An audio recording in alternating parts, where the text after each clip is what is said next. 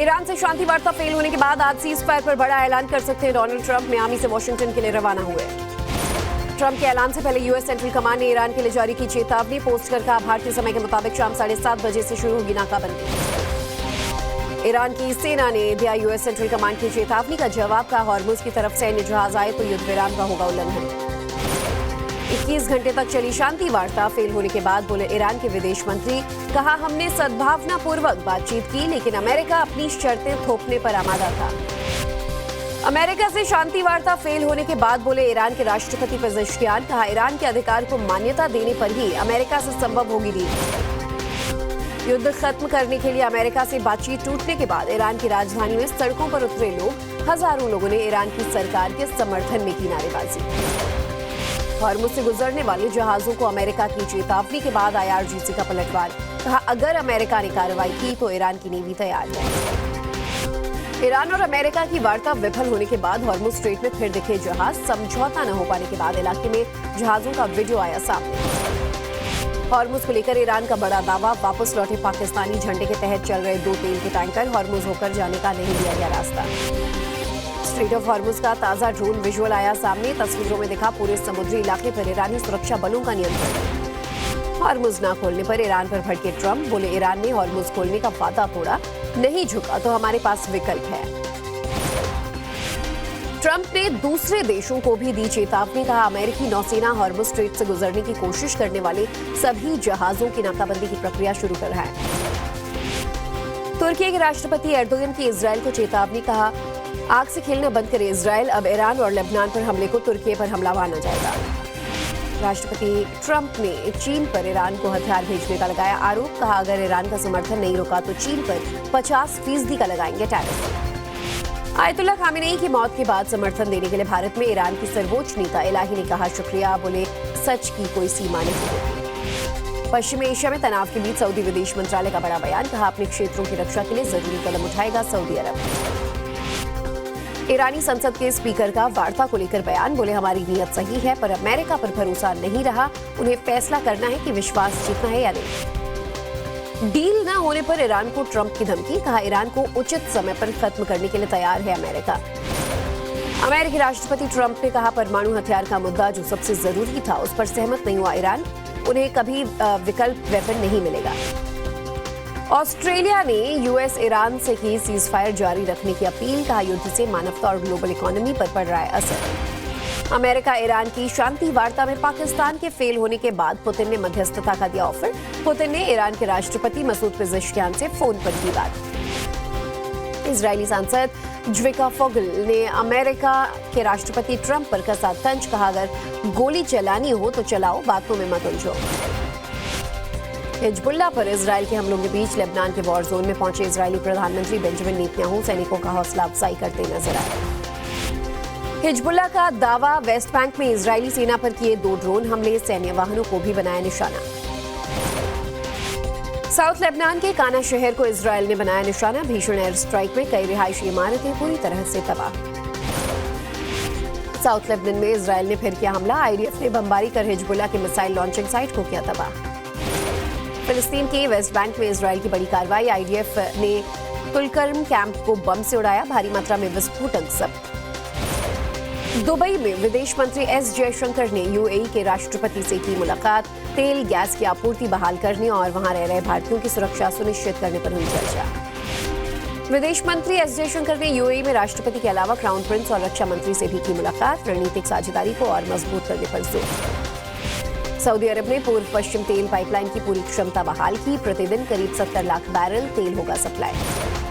नारी शक्ति वंदन सम्मेलन को संबोधित करेंगे पीएम मोदी। आज सुबह 11 बजे विज्ञान भवन में होगा कार्यक्रम। 16 अप्रैल से महिला आरक्षण संशोधन बिल के लिए विशेष सत्र। संसदीय कार्य मंत्री किरण रिजिजू ने कांग्रेस अध्यक्ष खड़गे को लिखा लेकर करोड़ों महिलाओं को सशक्त बनाने के लिए पूर्ण समर्थन देने की अपील की। महिला आरक्षण के लिए बिल आने से पहले बीजेपी ने अपने सांसदों को जारी किया व्हिप। लोकसभा और राज्यसभा के सभी सांसदों को 16 से 18 अप्रैल तक संसद में मौजूद रहने को कहा।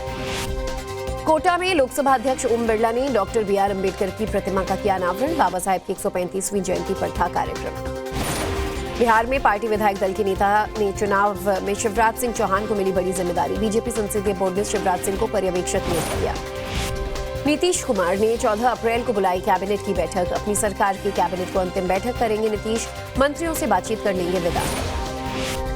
मुख्यमंत्री नीतीश कुमार से दूसरी बार मिले डिप्टी सीएम सम्राट चौधरी, बिहार के मंत्री विजय चौधरी भी थे साथ। नीतीश कुमार से मुलाकात के बाद बोले मंत्री विजय चौधरी, कहा नई सरकार के गठन को लेकर हुई चर्चा।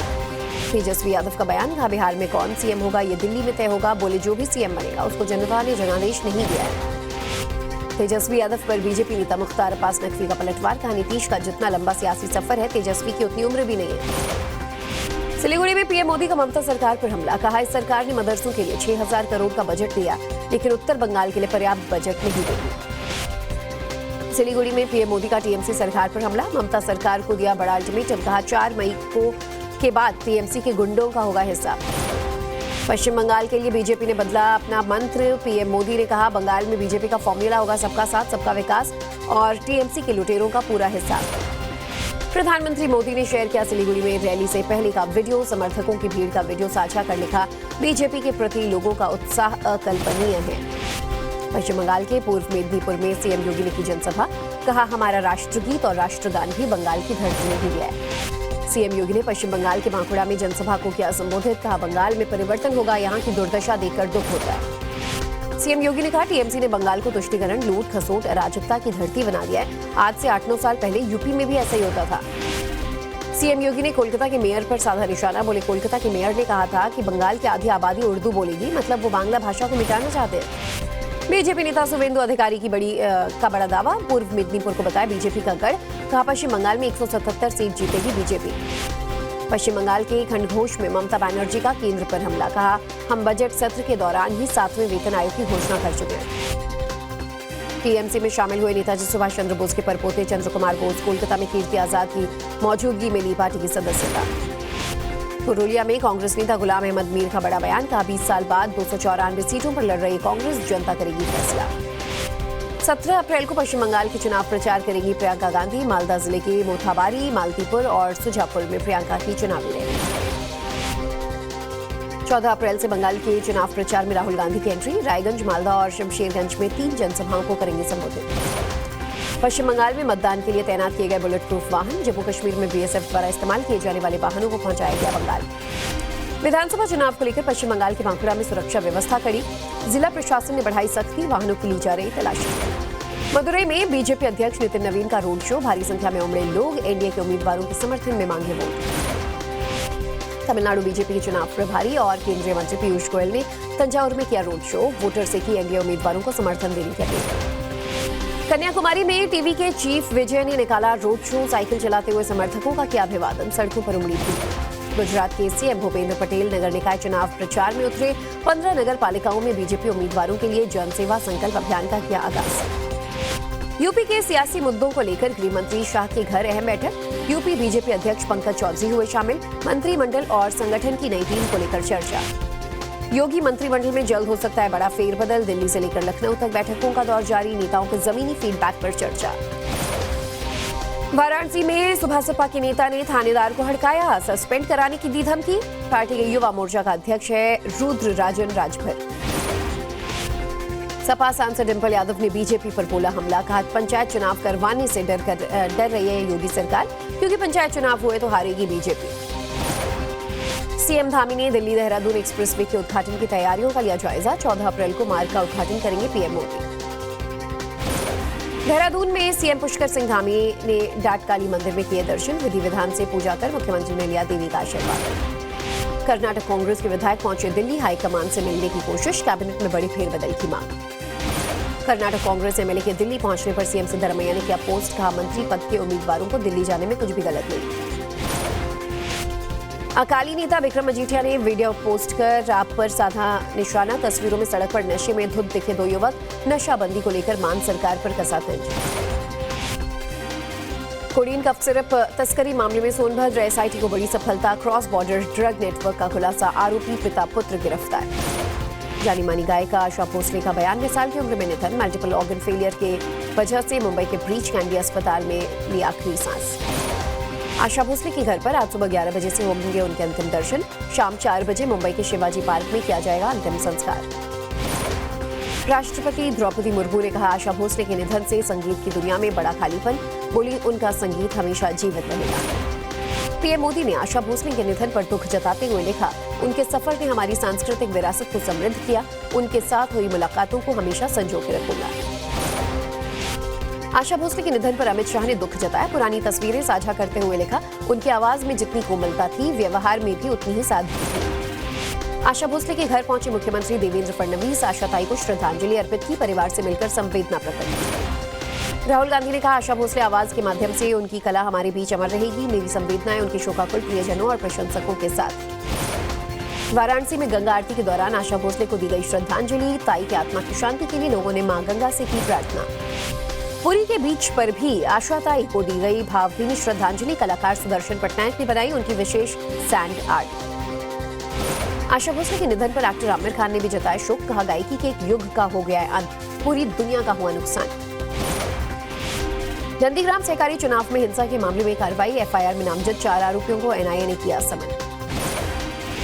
ईडी ने सोना पप्पू केस में 2 लोगों को पूछताछ के लिए समन जारी किया, हावड़ा के ज्वाइंट कमिश्नर और भूमाफिया जॉय कामदार को पूछताछ के लिए बुलाया। बदायूं में गंगा नदी में नहाने गए 5 बच्चे डूबे, हादसे में 1 की मौत, 2 लापता, 2 बच्चों को बचाया गया। हरदोई की शारदा नहर में डूबे 3 ट्रेनी सिपाही, 2 का हुआ रेस्क्यू, पानी के तेज धारा में बहा 1 सिपाही। मथुरा नाव हादसे के 3 दिन बाद भी रेस्क्यू ऑपरेशन जारी, अब तक 13 शव बरामद, केशी घाट से लेकर गोकुल बैराज तक चलाया जा रहा है सर्च ऑपरेशन। हरियाणा के करनाल में स्क्रैप ढोने वाले ट्रक में लगी आग, फायर ब्रिगेड ने कड़ी मशक्कत के बाद आग पर काबू पाया। मथुरा के पास यमुना एक्सप्रेसवे पर अनियंत्रित होकर पलटी डबल डेकर बस, 2 दर्जन से ज्यादा यात्री गंभीर रूप से घायल।